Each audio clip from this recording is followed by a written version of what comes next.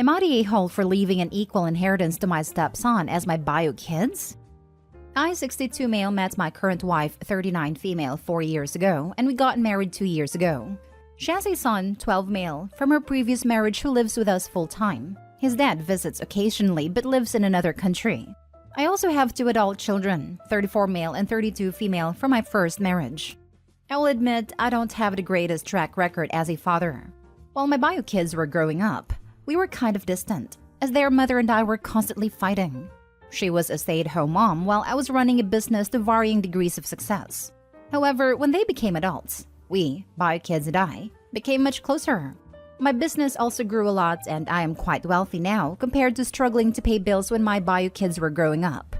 My relationship with my stepson is quite good.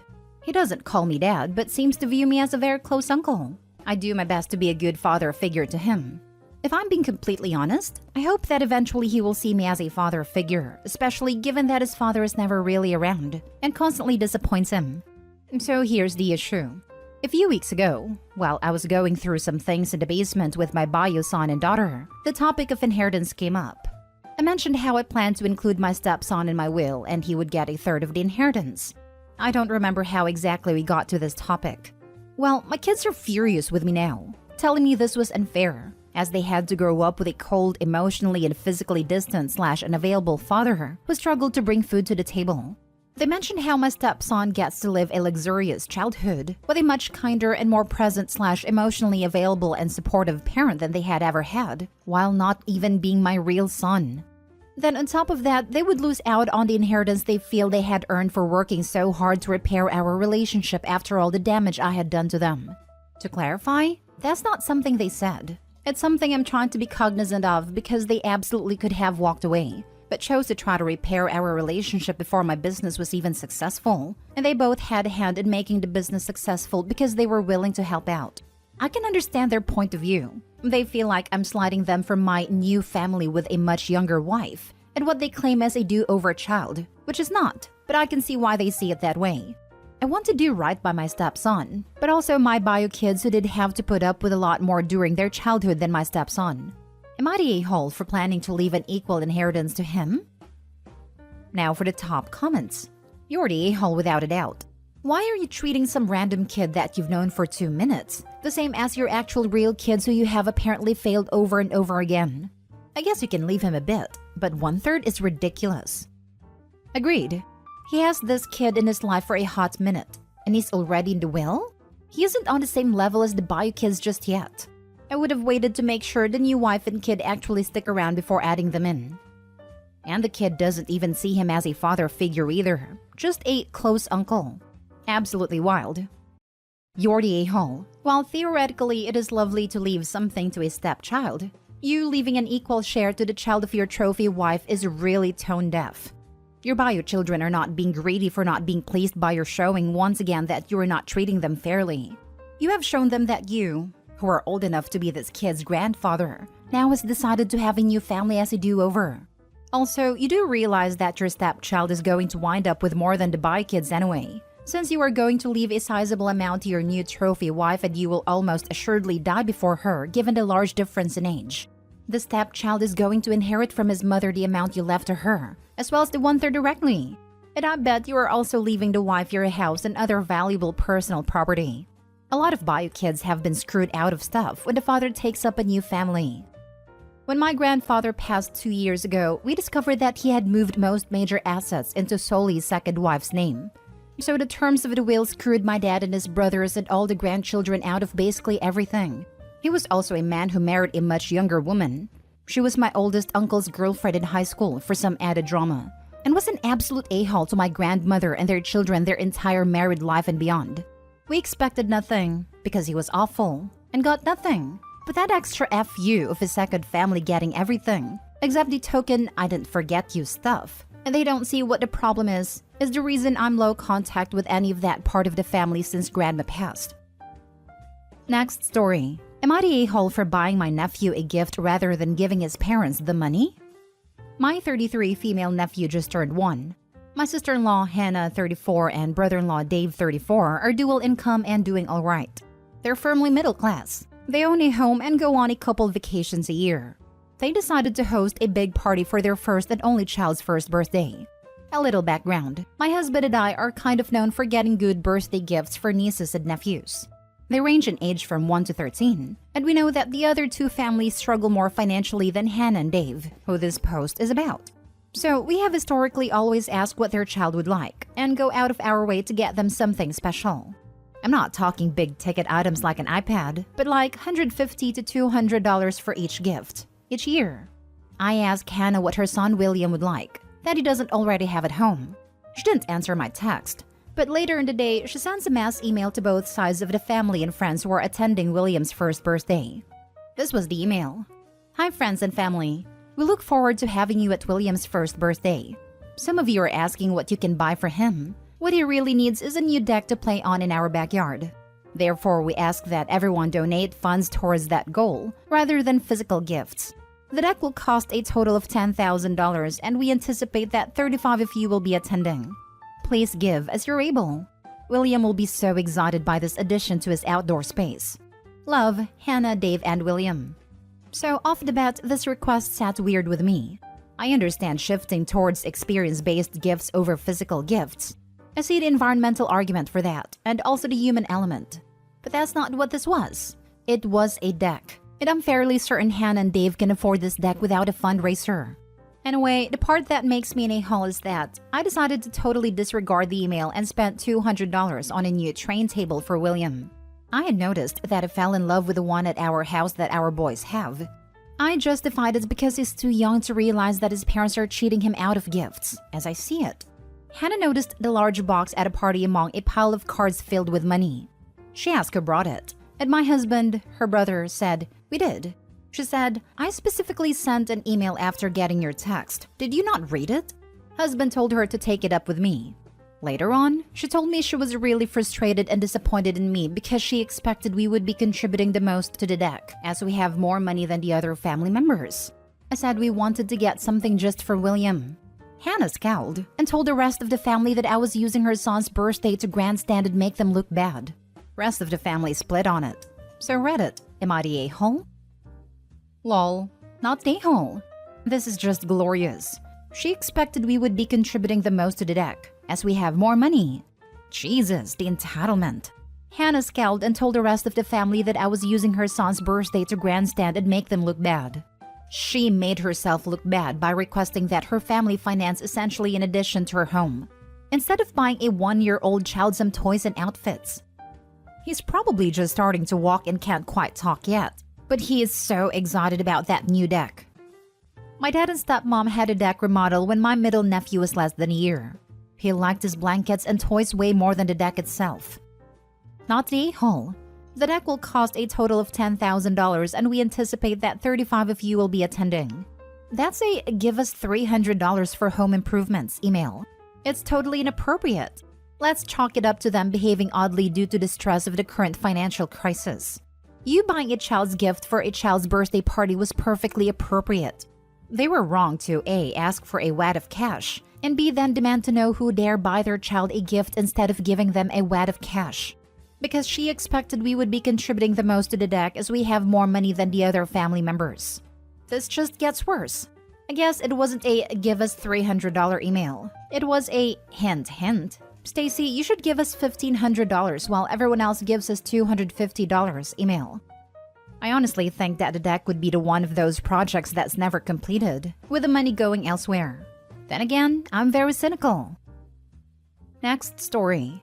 Am I the a-hole for not chipping in for my brother and his husband's surrogacy fund and prohibiting my parents from donating as well, since I support them financially? They live a super lavish life. In my family, I am the only one close to financially stable. My parents earned enough to have a middle-class income, but my mom was a big shopper and my dad would blow his money at the casino. Now, my parents are at an age where they can no longer work. They mainly live off my mom's pension and the money I give them every month to support them. My brother went into dance after college and his job after school was working as a retail associate at a luxury store. But he also has the same problem with his money, where all his money he spends on clothes and nights out.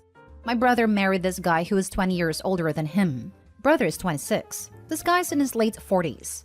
Initially, this guy framed himself as the rich older guy, but that isn't the case. Here is the thing. They are now asking everyone to donate them money so they can pay for a surrogate in Mexico. First of all, I find this whole thing skeevy as heck with this poor woman from Mexico. But financially, these guys are going on trips left and right. They constantly lease and swap out cars. So when they asked me for money, I told them no. They tried to guilt me, and I said no, not at all. Then I get a call from my mom about taking out a home equity line of credit, and I was like, absolutely not.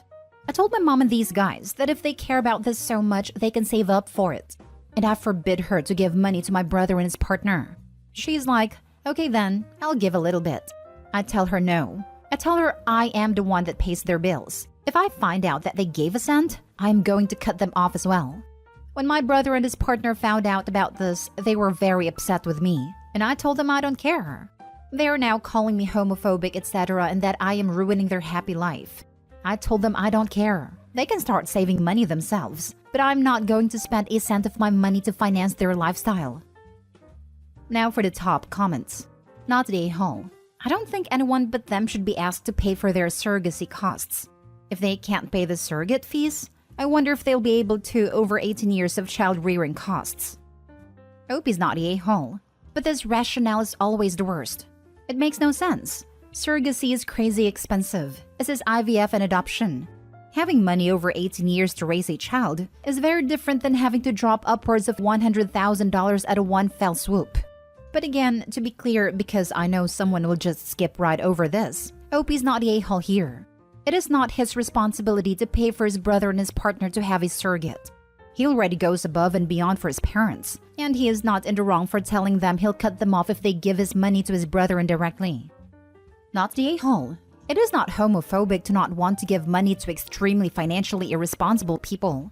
I do think you're on the fence with telling your parents what to do, but seeing as you also pay their bills, I would have done the same.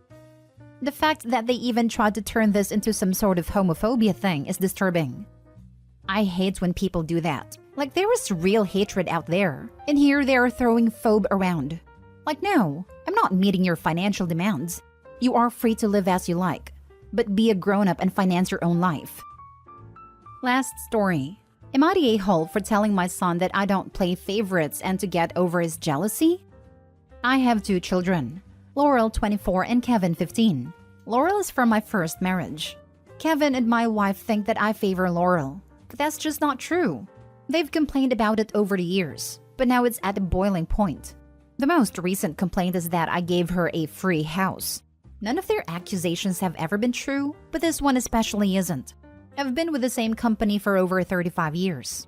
Decades ago, my job made me and several other employees travel to their headquarters so often that they bought us condos in the home city because it was cheaper at a time than constantly paying for hotels. At the time, property in the city was cheap. We had free use, but technically the company owned them and they paid all expenses. In 2020, obviously all business travel stopped. At the time, Laurel was moving to that city with her new husband and they were looking for a place.